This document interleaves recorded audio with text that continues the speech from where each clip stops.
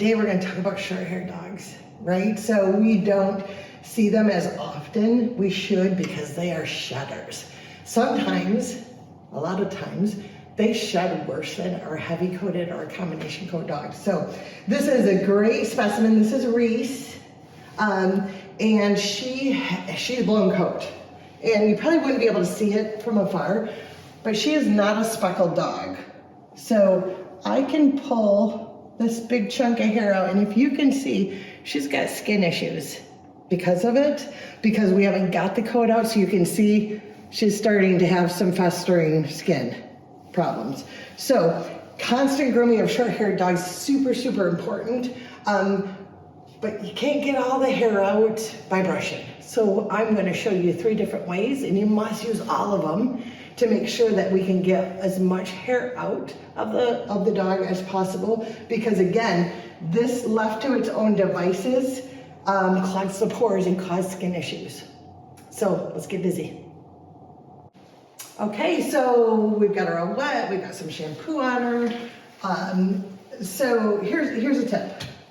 These are loofah gloves. You can get them at the dollar store. They're just like a loofah, right? So using this to get into that coat will help grab that hair. And you can see it starting to come all over these gloves, but this will grab, I know you like it, don't you? Some of that coat and help that come off.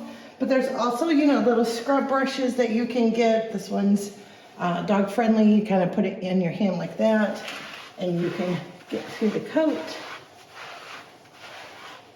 And you can see the coat that's going to take out.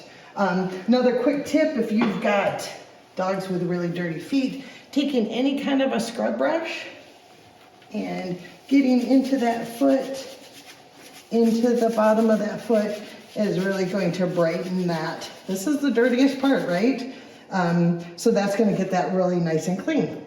So I'm going to do that, and then we're on to the dryer. All right, we are bathed. We're on the drying table. Couple of tips here. It's just so important that we towel dry as best we can. It does save us a ton of time with the high velocity dryer. But a trick is take a washcloth for that face. The face is the hardest for obvious reasons, but if you really take a clean washcloth and really get in here and towel dry the face and the ears, it will soak up that coat and it will make it so easy to dry. So you want to do that. Washcloth is a good size. You can get their muzzle real good, their ear real good. Make sure that you've got their body towel dried well. Hang on. Fresh good.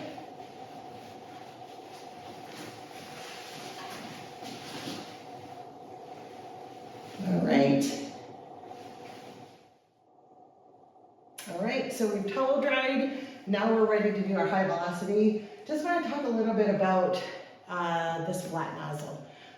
We see the cone nozzle. I like the flat nozzle on this dog because, first of all, it doesn't have the high-pitched sound, and she is a bit scared of the drying process, but it also kind of pushes things off. Instead of kind of spreading the spray off, I can actually push it off of the dog, and that will help with getting the coat out as well. So let's get going.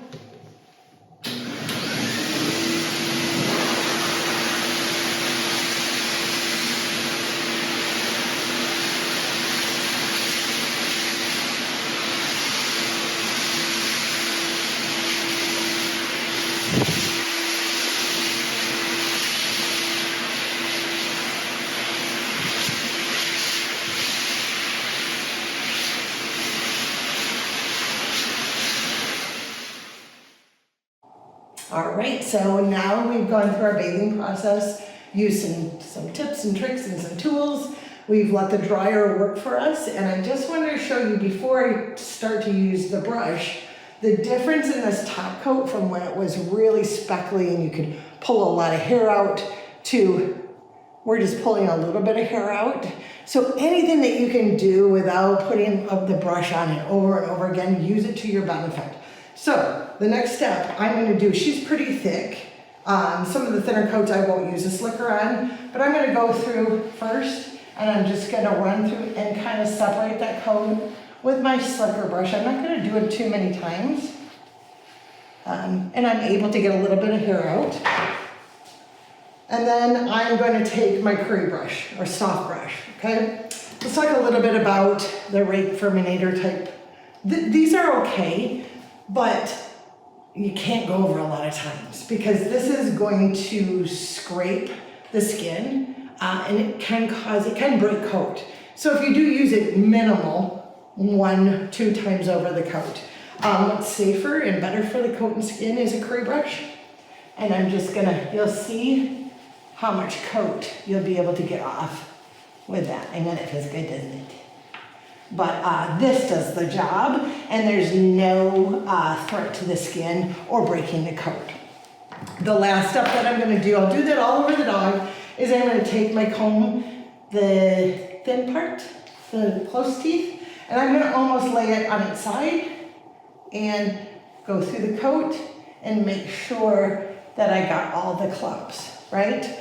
Don't forget the tail, because the tail is awesome, right? So you want to make sure that a comb can go through your tail. Watch how, like, once you put the comb in there, it's going to fluff that tail up and you won't have big clumps of hair in there. So let your tools do the work for you, let your dryer do the work for you, and take the time when they short hair dogs.